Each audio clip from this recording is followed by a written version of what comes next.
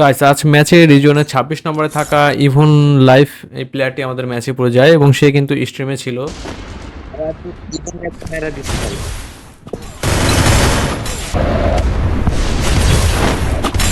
এই কত মারাটা খেয়ে গেলাম রে। তাই সে কিন্তু নোটিস করে ফেলেছে যে আমার কাছে স্নাইপার আছে। এরপরে দেখেন আমার টিমমেট কি রিঅ্যাকশন দেয়। এই হ্যাকার হ্যাকার হ্যাকার। ওই একটা টিমে 3টা প্লেয়ারই আছে ভাই, বুঝতে পারছো?